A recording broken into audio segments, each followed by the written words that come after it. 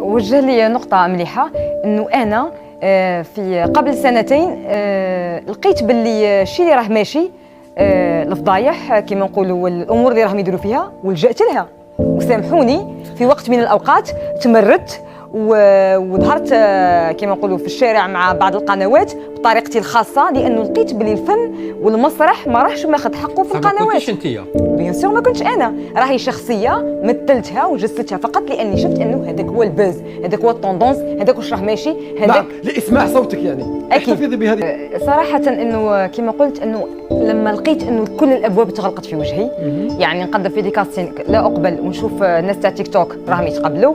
احنا في سكيكدا درسنا مسرح، عندي بزاف اصدقاء في المجال تاعي ايضا كانوا يترفضوا لا ادري لماذا، ونشوف التيك توك راهم يتقبلوا. واش درت؟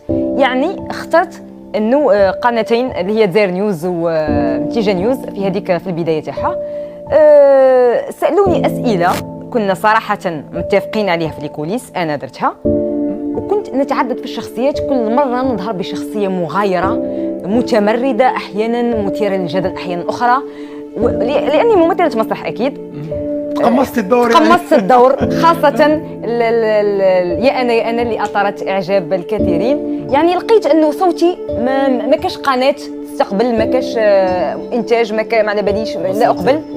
وصلت صوتي عن طريق الشارع، ومشكورة صديقتي الصحفية سامية والصحفي في راح نعاود نولي